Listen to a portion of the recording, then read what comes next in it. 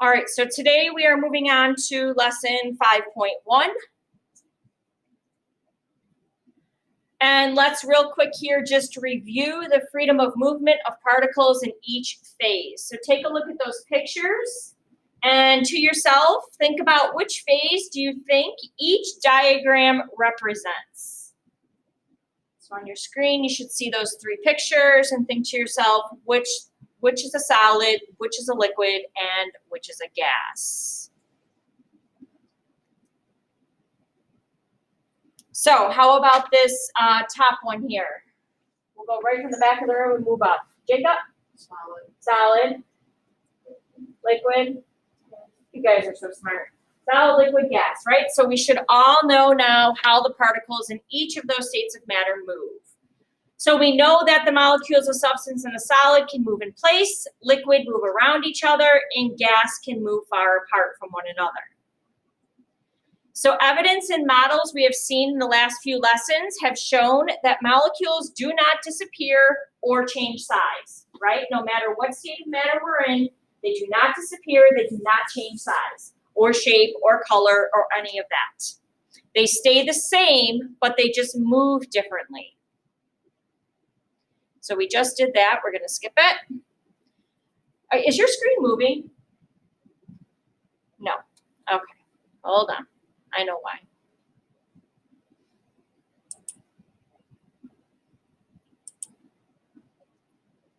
Okay, so I need to get rid of this. Go away. Maybe it'll just go away. There we go. So evidence, I just talked about this. The molecules do not disappear. They do not change size. They stay the same, but they move differently. We just did what phase each diagram represents.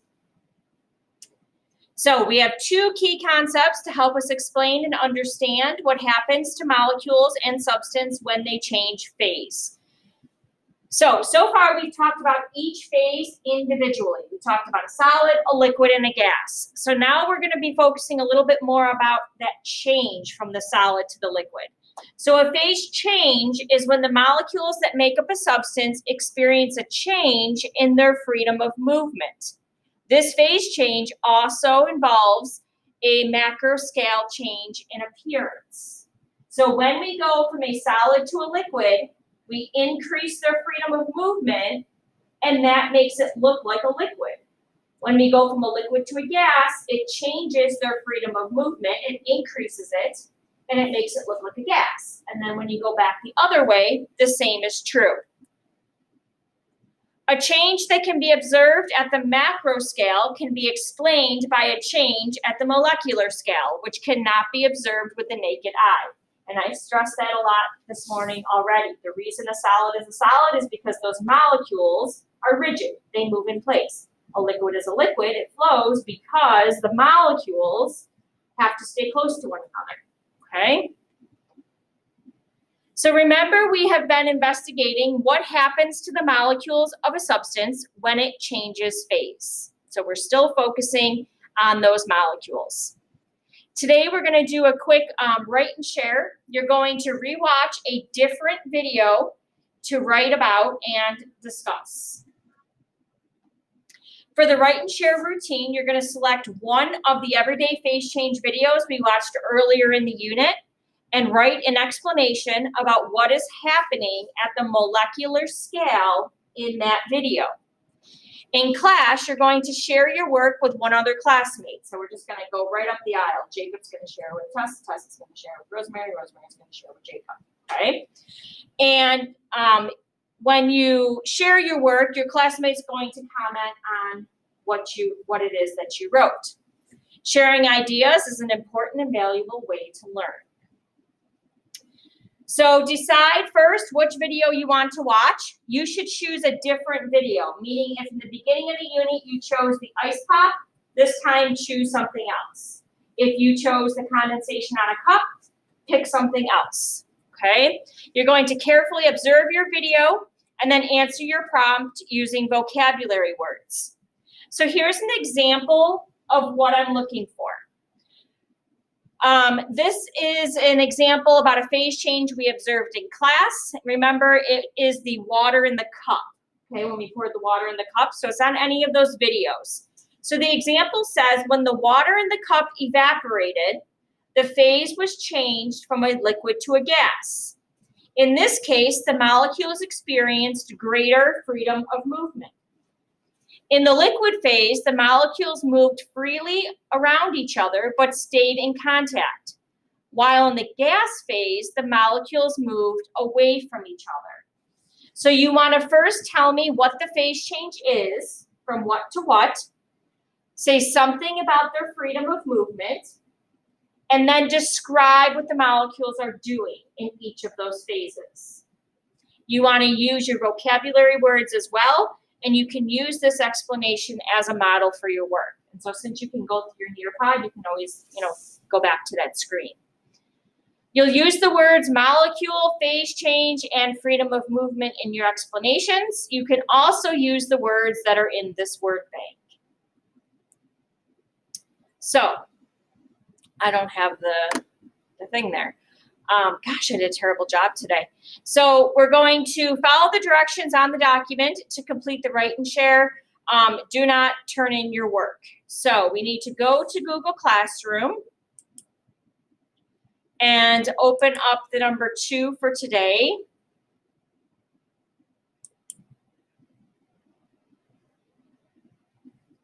And you want to click on the document that's attached there.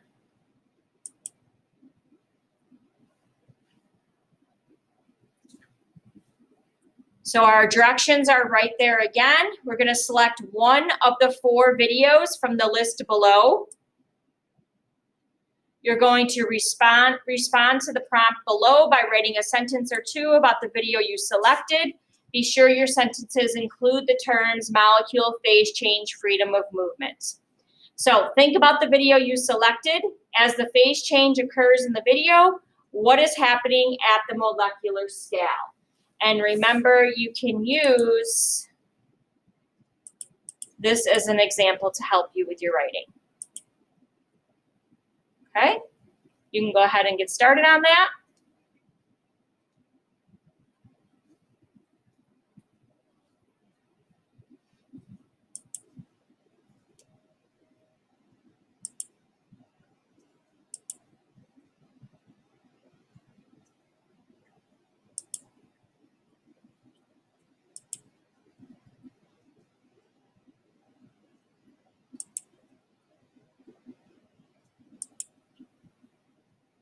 Okay, so you should have written your paragraph using the example provided in the Nearpod.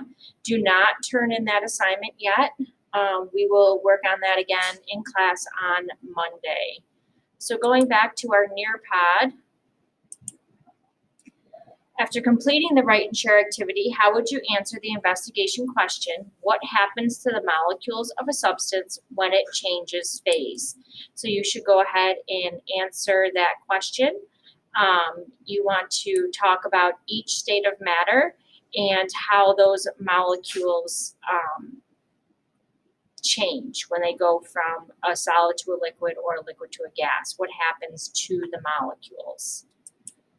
That is the end of, I take that back. Next, we're going to use everything that we've learned about phase change to think about what is happening to the lake on Titan. So we're going to move into chapter 2 and continue our learning about the phase changes and how that could have affected the lake on Titan.